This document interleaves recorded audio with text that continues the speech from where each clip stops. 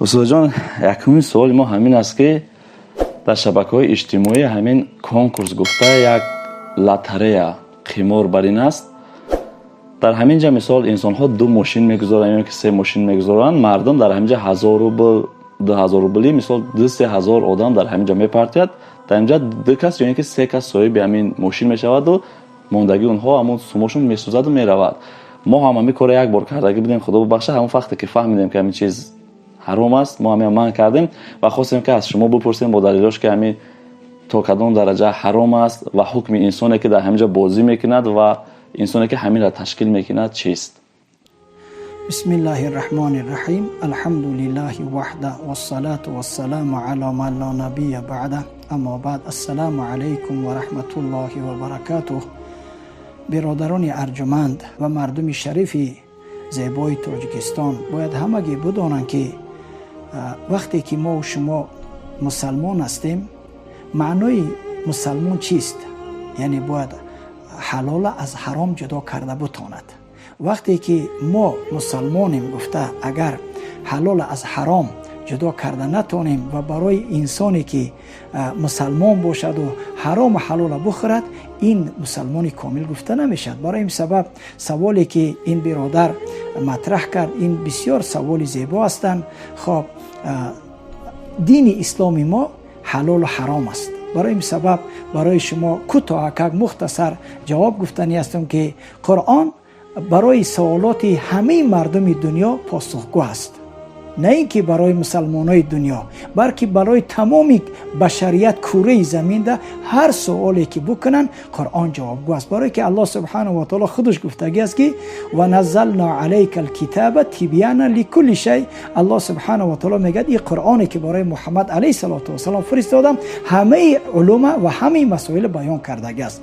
من در جوابی در پاسخ این دادرم که درباره قمار پرسید، برای شما از قرآن از سوره مائده 90 آیت الله سبحانه و تعالی آشکارا صراحتا میگوید که اعوذ بالله السمیع العلیم من الشیطان الرجیم من نفخه و همزه و نفسه بسم الله الرحمن الرحیم یا ایها الذین آمنوا انما الخمر والمیسر والانصاب والازلام رجس.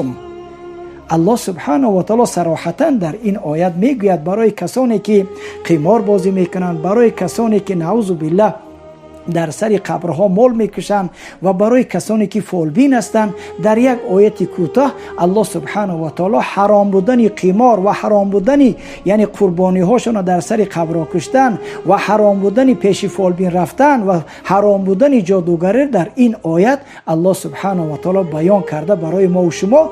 این قرآن برای کسی است که مسلمان باشد و قبول کننده باشد. این قرآن برای مرد منافق، برای آدم متکبر این جواب گفته نمیتونه. برای آدمی منافق و برای آدمی سرکش قبول نمیسازد. برای کسی مرد مسلمان همون مردی است که با مجرد که شنید حرام قبول میکنه، میگه خداوندا من این کارو میکردم نه فهمیدم که حرام بود است، همین کارو دیگر نمیکنم. خب برادر درباره قمار پرسیدن، الله سبحانه و تعالی چی میگه؟ یا ایها الذین آمنوا.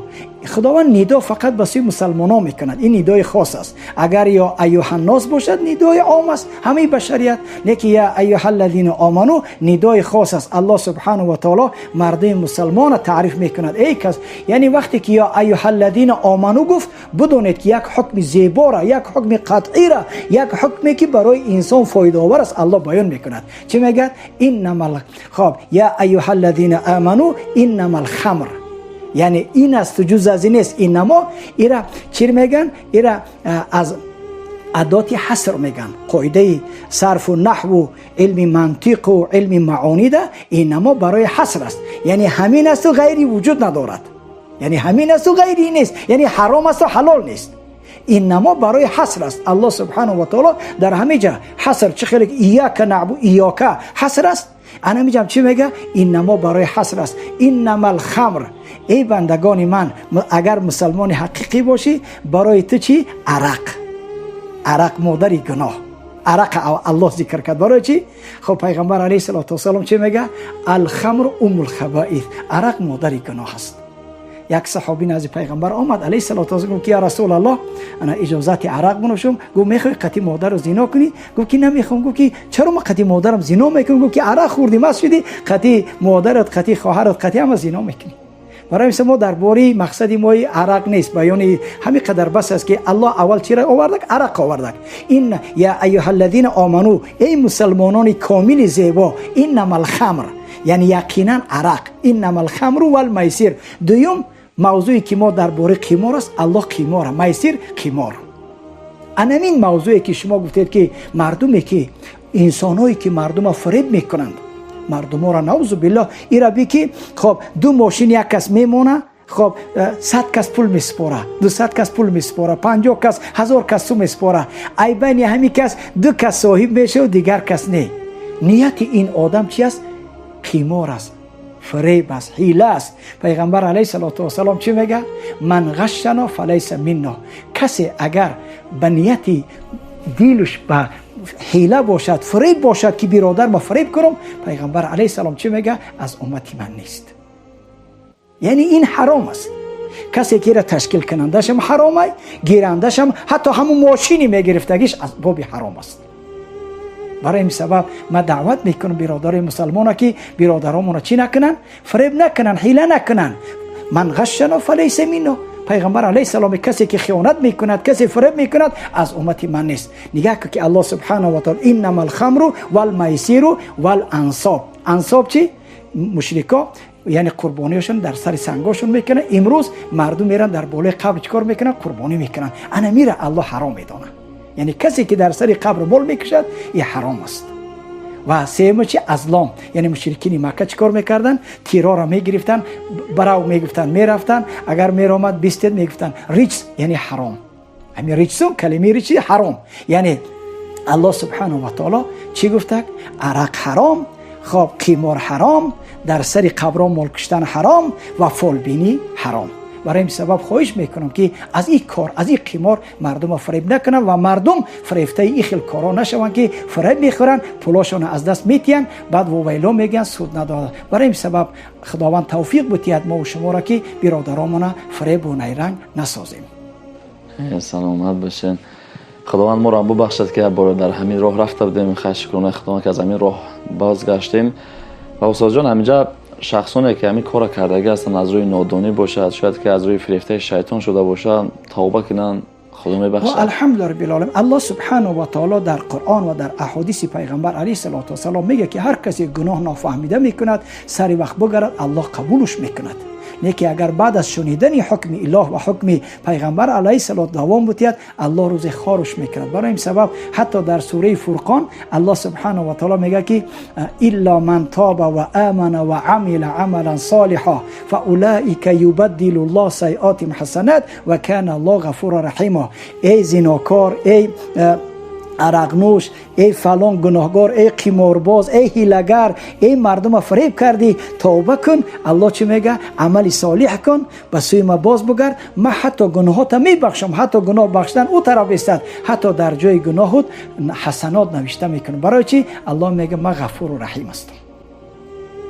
ما دعا میکنیم در حق برادرها که دیگه مردم فریب ندهند.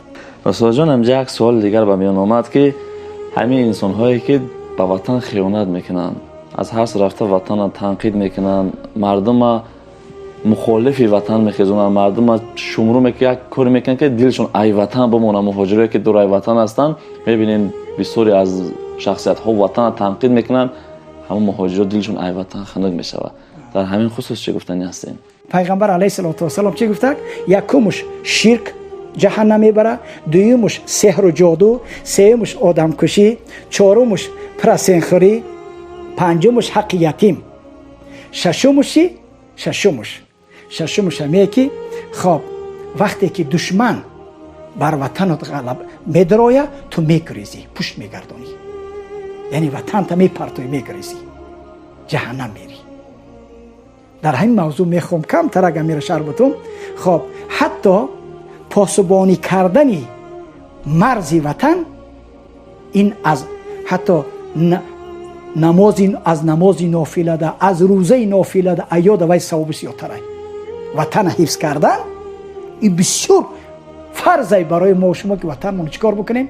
برای ما فرق نداره خواهی طرف افغانستان میدروه، خواهی طرف ازبکستان میدروه، خواهی طرف قرقیزستان میدروه، برای ما فرضه که وطنمون چیکار بکنیم، حفاظت بکنیم، وطنمون دوست بداریم، مردم ملتمون حمایت کنیم و شکرانه کنیم که ما تاجیکا چی داریم، وطن داریم. ما برای شما یک ملت باید میارم، کرد گفتنی ملت های زیاده از 40 میلیون اهالی دارن، چی ندارن؟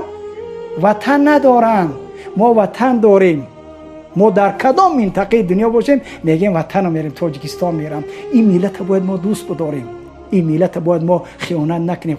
خاک در سر او حزبیایی که نعوذ بالله تا حاضر رنگ سگ میجکن ای دور مردم وطن ما را چیکار میکنن، یعنی نعوذ بالله سیاه میکنن، خودشان سیاهن و یا خودشان سیاهن. ما ملت زیبا داریم، ما پادشاه داریم الحمدلله، ما وطن داریم، ما قانون داریم، ما مرز داریم، ما الحمدلله. با او رنگ اوی و یا او میکنن. باید ما فریفته ما برای مهاجرینی که در مهاجرت هستند در مسکو و در دیگه امریکا در کدام یا که در آلمان هستند، در اروپا هستند، در کانادا هستند، گپی اونها را گوش نکنن، وطن دوست بدارن، ملت دوست بدارن. کی بیان تاجیکستان ما برای وای درهاشون کشاده، وطن شونه مادرای بیایم. سبحان الله سرزمینی ما وطن داریم الحمدلله العالمین. در اینجا تولد شدیم، در اینجا کلان شدیم ما. سبحان الله. ما یک چی میگم، این جای یگان ترس نیست. ما الحمدلله الله میترسم.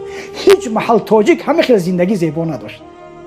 همین را باید هر کس بفهمه. هیچ محل تاجیک همین خیل خانه و در و زیبا، یعنی سرزمین شهر آباد نداشته. شکرانه کنیم، شکرانه تینجی امانی کنیم.